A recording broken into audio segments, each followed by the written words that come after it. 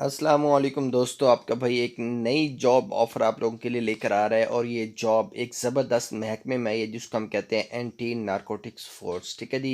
Headquarter Rawalpindi के through ये jobs आई हुई हैं और टोटल असामियों की अगर हम तादाद देखें तो आपके पास टोटल असामियाँ हैं तकरीबन 416। और इन असामियों में सबसे अच्छी बात यह है कि एएसआई की भी जॉब्स आई हुई हैं, कांस्टेबल की भी हैं, और उसके साथ आपकी जो है ना सब इंस्पेक्टर के भी जॉब्स आई हुई हैं। तो हम अब वन बाय वन देख लेते हैं कौन कौन सी जॉब्स आई हैं आपके पास। इसमें जो है ना पहली है जॉब असिस्टेंट की। ठीक है, इसका जो स्केल है वो 15 स्केल है। इसकी 3 जॉब्स आई हुई हैं, वैकेंसीज 3 हैं।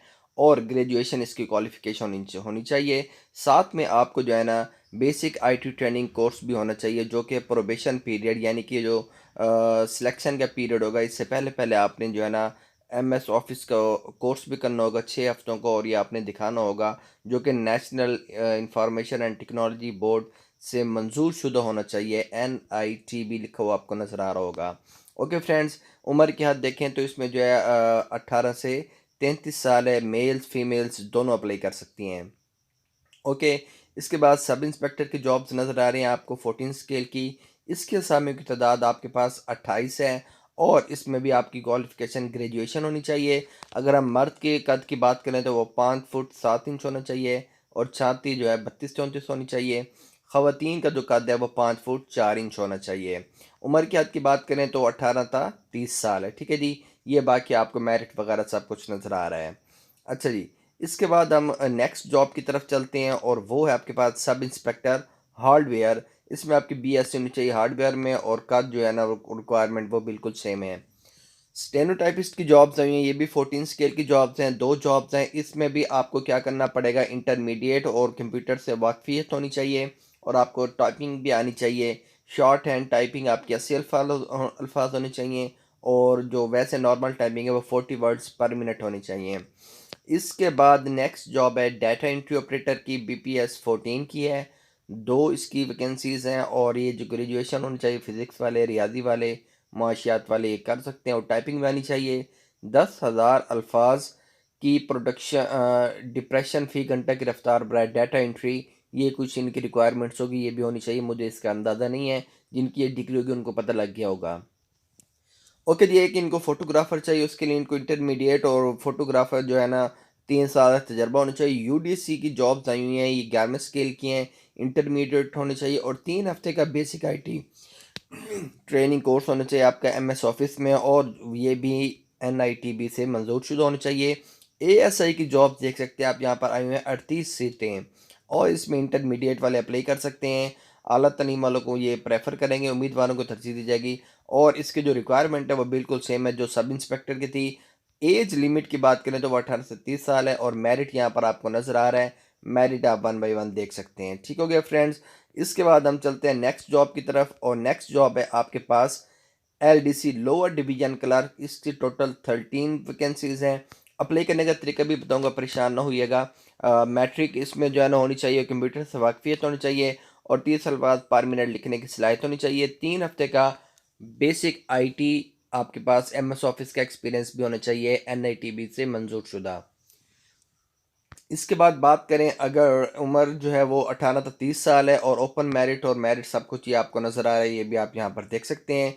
इसके बाद नेक्स्ट जॉब आ गई है नेटवर्किंग ऑपरेटर की। इनके पास एक जॉब है, BSc होनी चाहिए। और उसके बाद आ जाता है आपके पास नेक्स्ट जॉब कांस्टेबल आ गई हैं। ये देखें, BPS 7 की 233 जॉब्स हैं, तो बहुत ज़्यादा जॉब्स हैं, आपको ज़रूर अप्लाई करना चाहिए।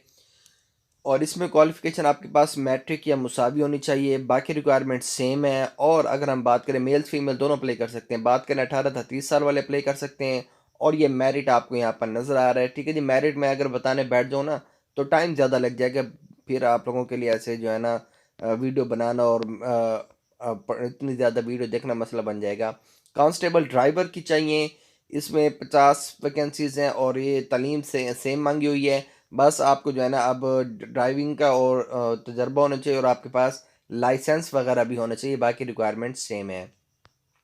कांस्टेबल ऑपरेटर 5 सीटें हैं जी। इसमें आपको जो है ना 5 सीटों में आप जो है ना बाकी तरीक़ेकार और रिक्वायरमेंट सब कुछ सेम है। इसके बाद कांस्टेबल डॉग एडिटिंग जो है ये आ गई है, अटेंडेंट सॉरी डॉग अटेंडेंट। तो ये 7 सीटें हैं इसमें। बाकी जो है ना कुत्तों को देखभाल का तजर्बा हो, बाकी रिक्वायरमेंट सबकी सेम है और इसमें फीमेल्स अप्लाई नहीं कर सकती डॉग अटेंडेंट में। ड्राइवर चाहिए इनको। टोटल 8 वैकेंसीज है। प्राइमरी पास वाले अप्लाई कर सकते हैं और ड्राइविंग लाइसेंस होना चाहिए। इसके बाद आ जाती हैं आपके पास नाइब कासिद।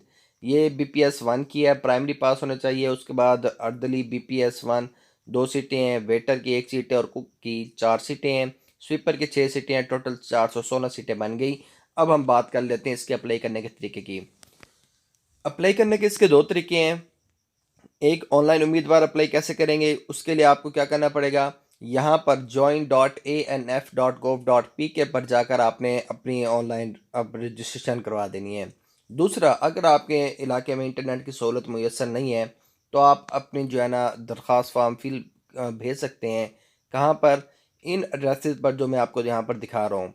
अगर आप लाहौर अपना मरकज़ रखना चाहते हैं सेंटर, तो ये एड्रेस नज़र आ रहा है आपको, पहला ये वाला, इस पर भेजेंगे। अगर आप रावलपिंडी रखना चाह रहे हैं तो इस पर भेजेंगे। अगर आप कोयटा रखना चाह रहे हैं अपना सेंटर तो यहाँ पर आप भेजेंगे। ये आपने एड्रेस खुद पढ़ लेना है ना, मैं अब इतना जो है ना फिर मसला बन जाएगा। अगर आप कराची रखना चाहते हैं सेंटर तो कराची वाले इस सेंटर पर भेजेंगे, या उसके करीब करीब वाले, पेशावर वाले उसके आसपास वाले इस सेंटर पर भेजेंगे। टेस्ट आपका ये बनेगा मरकज़, फिर भी मरकज़ भी यही बनेगा। इसके साथ आपने क्या करना होगा फ्रेंड्स, आपने जो है कुछ फीस भी जमा करानी है और वो फीस होगी आपकी 350 रुपये। यहाँ पर आपको नज़र आ रहा होगा।